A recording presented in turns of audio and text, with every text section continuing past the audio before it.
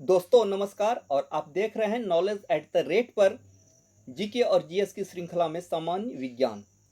तो वीडियो को अंत तक देखें और पसंद आए तो लाइक करें, पहली बार आए हैं तो सब्सक्राइब कर लें ताकि वीडियो आप तक पहले पहुंच सके नोटिफिकेशन के साथ। आपके लिए इस वीडियो में जो पहला प्रश्न है वह है, निम्नलिखित में से कौन सी मूल भौतिक राशि नहीं है? ए वेग, बी विद्युत धारा, सी लंबाई या डी ज्योति तीव्रता। तो इसका सही उत्तर है ए वेग। वेग जो है मूल भौतिक राशि नहीं है, बाकी विद्युत धारा, लंबाई और ज्योति तीव्रता मूल भौतिक राशि है। और अगला प्रश्न जो है वह आपके लिए है कि जब विद्युत का उत्पादन जल विद्युत का उत्पादन किस सिद्धांत पर कार्य करता है? ए गुरुत्वीय स्थितिज ऊर्जा, बी ऊर्जा संरक्षण सिद्धांत, सी ए और बी दोनों, या डी गुरुत्वीय गतिज ऊर्जा। जल विद्युत का उत्पादन किस सिद्धांत पर? तो इसका सही उत्तर होगा सी, ए एवं बी दोनों। ए एवं बी दोनों।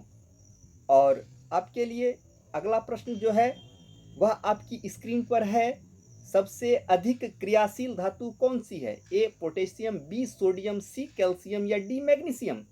सबसे अधिक क्रियाशील पोटेशियम, सोडियम, कैल्शियम या मैग्नीशियम। तो इस प्रश्न का जो है उत्तर होगा ए पोटेशियम। पोटेशियम जो है सबसे अधिक क्रियाशील धातु है। और आपके लिए आपकी स्क्रीन पर अगला प्रश्न जो है वह है कि सिगरेट लाइटर में निम्नलिखित में से कौन सी गैस प्रयुक्त होती है? ए इथेन, बी प्रोपेन, सी मीथेन या डी ब्यूटेन। सिगरेट लाइटर में तो इसका सही उत्तर होगा डी ब्यूटेन। ब्यूटेन जो है सिगरेट लाइटर में गैस के रूप में प्रयुक्त होती है।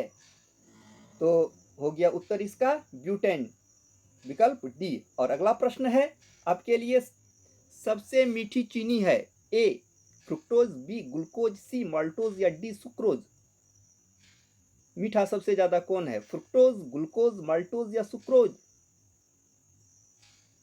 तो इस प्रश्न का जो उत्तर होगा विकल्प ए फ्रुक्टोज। फ्रुक्टोज जो है वह सबसे मीठी चीनी है, यानी कि मिठास के मामले में सबसे अधिक मीठा है। और आपके लिए अगला प्रश्न जो है वह है, निम्नलिखित में से कौन संयोजी ऊतक नहीं है? ए रक्त, बी हड्डी, सी त्वचा, डी उपास्थि। रक्त, हड्डी, त्वचा या उपास्थि। तो इसका सही उत्तर होगा सी त्वचा। सी त्वचा। त्वचा जो है संयोजी ऊतक नहीं है। और आपके लिए अगला प्रश्न है कि प्रत्यावर्ती धारा एसी को दिष्ट धारा डीसी में बदलने के लिए किस युक्ति का प्रयोग किया जाता है? ए अमीटर, बी गैल्वेनोमीटर, सी रेक्टिफायर या डी ट्रांसफार्मर। सोचिए, अमीटर, गैल्वेनोमीटर, रेक्टिफायर या ट्रांसफार्मर। तो इसका उत्तर होगा सी रेक्टिफायर। सी रेक्टिफायर। और आपके लिए अगला प्रश्न आपकी स्क्रीन पर यह है कि भाप अंगार गैस किन दो गैसों का मिश्रण होता है? ए CO2 एवं H2, बी CO एवं O2, सी CO एवं H2 या डी CO2 एवं CH4। भाप अंगार गैस किन दो गैसों का मिश्रण है? तो इसका उत्तर होगा सी CO एवं H2। CO एवं H2 जो है यह भाप अंगार गैस बना होता। अगला प्रश्न है कि मानव शरीर के भीतर रक्त निम्न में से किसकी उपस्थिति के कारण नहीं जमता है? ए हीमोग्लोबिन, बी हिपेरिन, सी फाइब्रिनोजन, डी थ्रोम्बिन। किसके कारण रक्त शरीर में नहीं जमता है? तो इसका सही उत्तर होगा बी हिपेरिन। हिपेरिन के कारण जो है शरीर के अंदर रक्त नहीं जमता है। और आपके लिए आपकी स्क्रीन पर अगला प्रश्न जो है, निम्नलिखित में से कौन सा कीट नहीं है? ए खटमल, बी मकड़ी, सी घरेलू मक्खी या डी मच्छर। खटमल, मकड़ी, घरेलू मक्खी या मच्छर, इनमें कौन सा कीट नहीं है? तो इसका सही उत्तर होगा बी, मकड़ी। मकड़ी जो है वह कीट नहीं है, बाकी खटमल, घरेलू मक्खी और मच्छर कीट है। अगला प्रश्न आपके लिए है कि डीएनए के दोहरी पेचदार संरचना की खोज किसने की?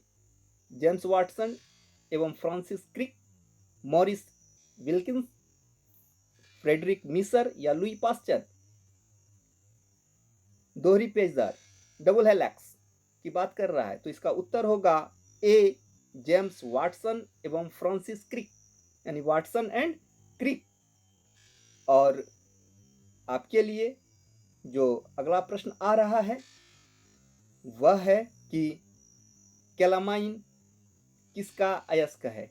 ए, टीन, बी, मैग्नीशियम, सी, जस्ता या डी, तांबा? टीन, मैग्नीशियम, जस्ता या तांबा, कैलामाइन किसका अयस्क है? तो इसका उत्तर होगा सी, जस्ता।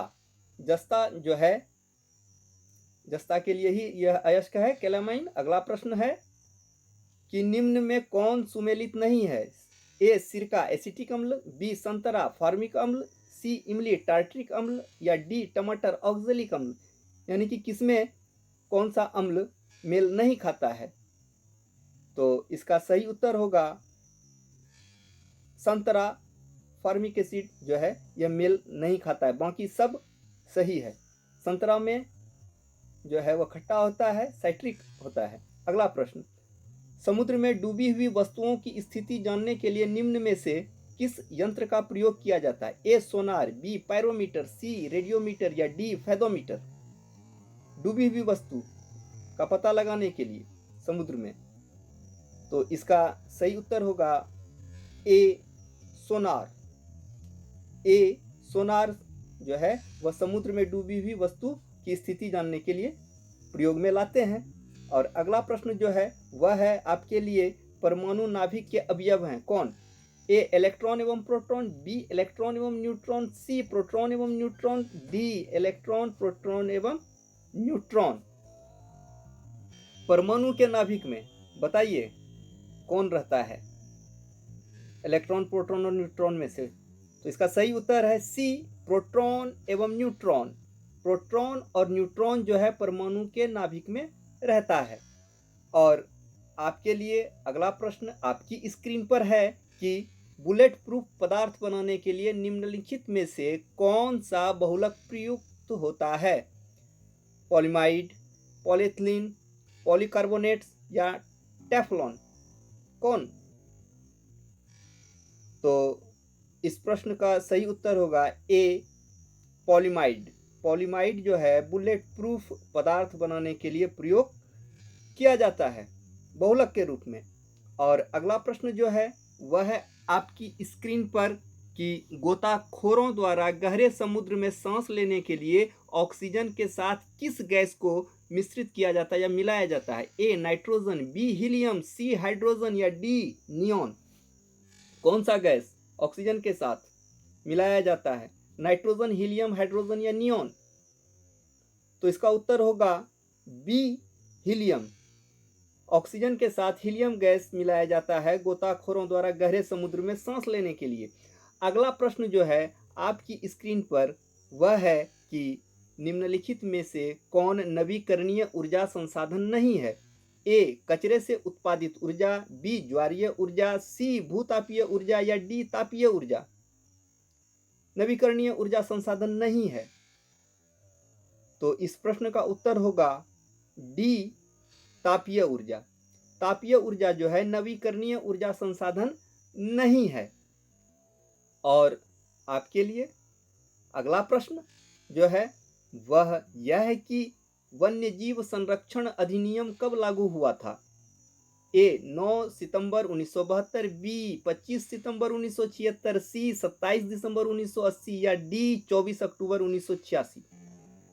वन्य संरक्षण अधिनियम, तो इसका सही उत्तर है ए, 9 सितंबर 1972।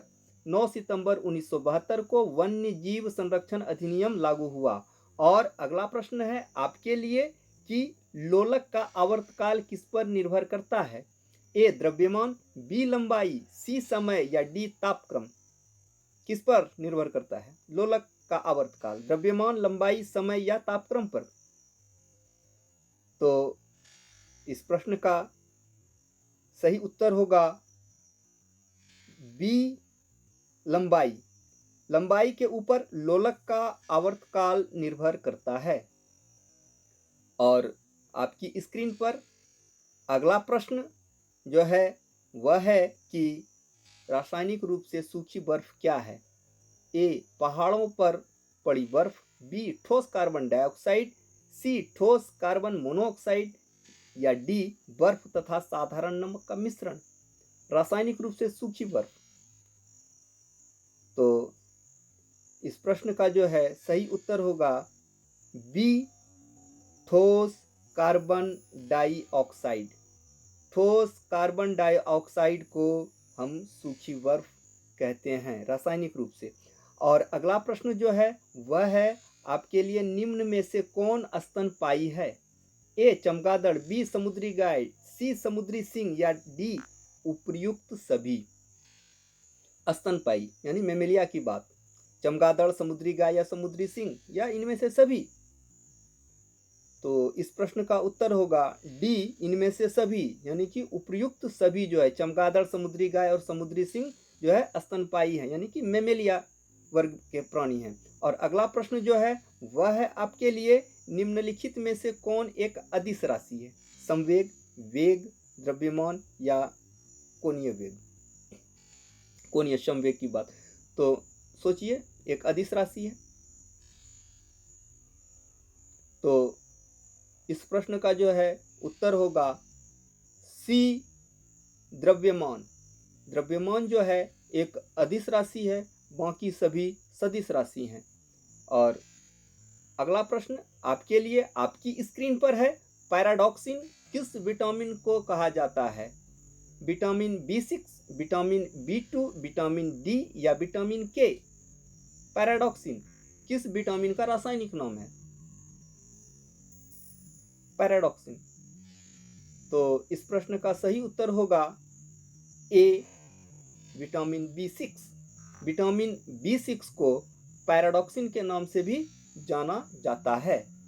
और आपके लिए आपकी स्क्रीन पर अगला प्रश्न है, मनुष्य की खोपड़ी में कुल कितनी अस्थियां होती हैं? ए 28, बी 30, सी 32 या डी 40। खोपड़ी में कुल कितनी अस्थि यानी कि हड्डी? तो इस प्रश्न का जो उत्तर होगा वह होगा ए 28।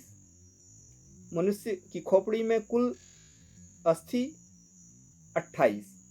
और अगला प्रश्न जो है वह है आपके लिए आनुवांशिकी के जनक के रूप में किसे जाना जाता है? ए ग्रेगर जॉन मेंडल, बी ह्यूगो डिब्रीज, सी चार्ल्स डार्विन या डी एडवर्ड जेनर।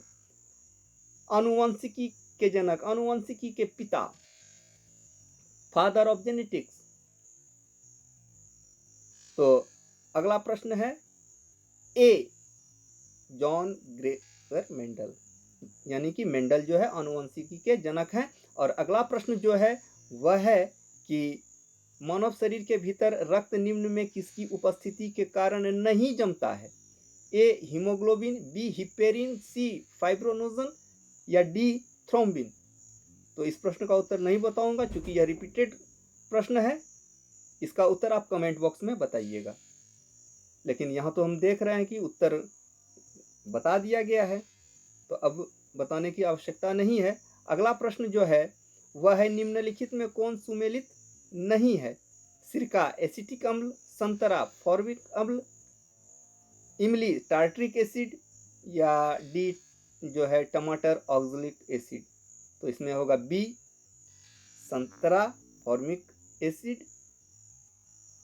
गलत है, यह मेल नहीं खाता है।